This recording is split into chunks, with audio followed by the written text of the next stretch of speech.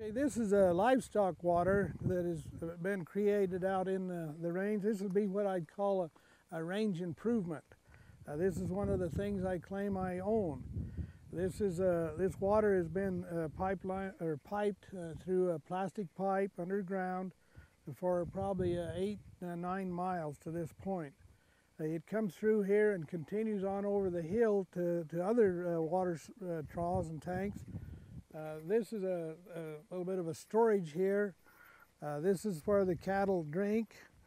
This thing here is so when wildlife get into the water trough, they don't drown, like the birds, quail, a dove, rabbits, if they fall in the water or if they need a place to get to where they can get down to the water, that's where they drink.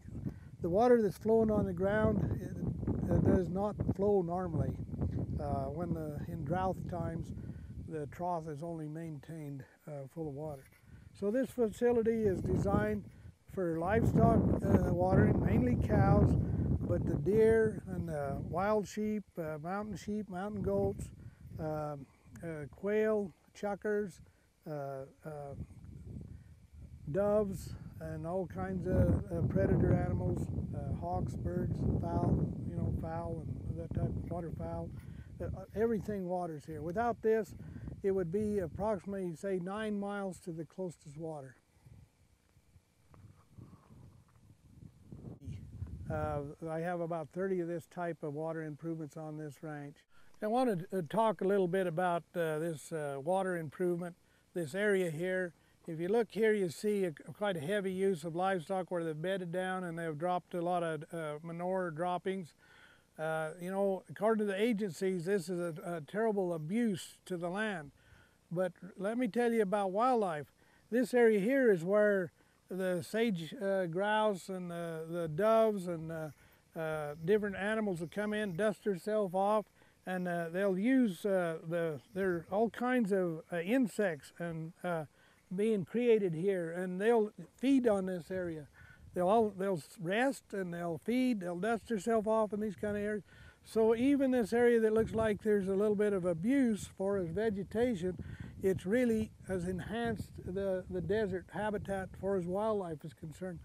This is what's being created through through livestock, and the livestock manure creates the bug life, and the bug life enhances everything for as wildlife is concerned. If there's a flock of a covey of quail coming through here, look at the protein source they would have.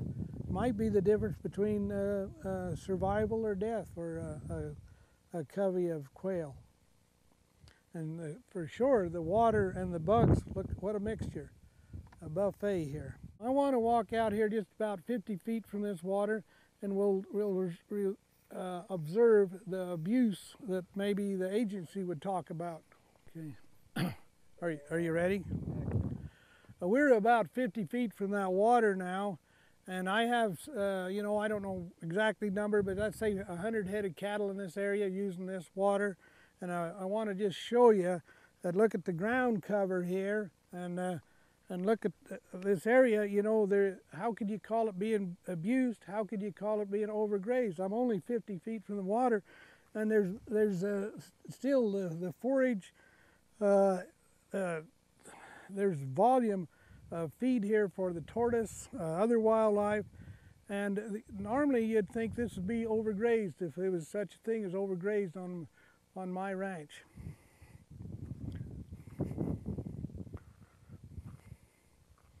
Here is, of course, where the water's running over the water trough, running down through there. It's creating a sort of a wetlands. I hate to call it wetlands, but it is a riparian type thing that's man-made. Any animal that comes in here that needs something green, they're getting a little green. But I want you to look past the riparian area and look at the forage and the feed up the side of the hill. You can see some cattle trails, but how could you call that abuse? I mean, that is use, it's not abuse. That's cattle harvesting this land.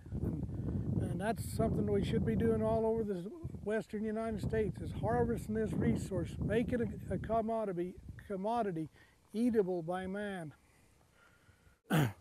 Okay, this bush here is a really good bush to talk about when we're talking about use, livestock and wildlife use.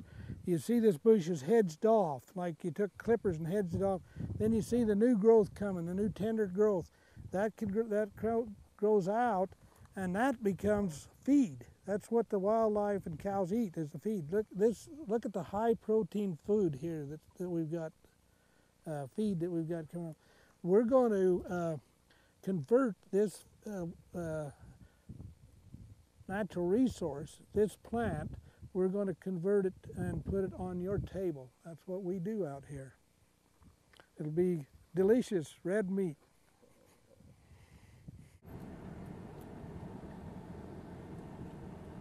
Now this is just a little tire, but this is an example of how we do that.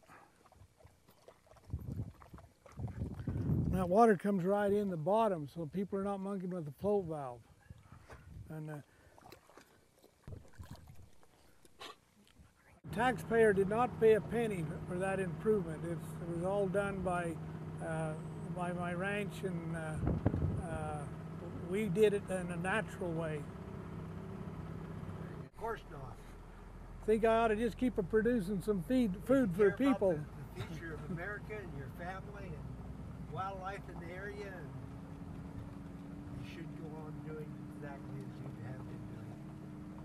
And take everything.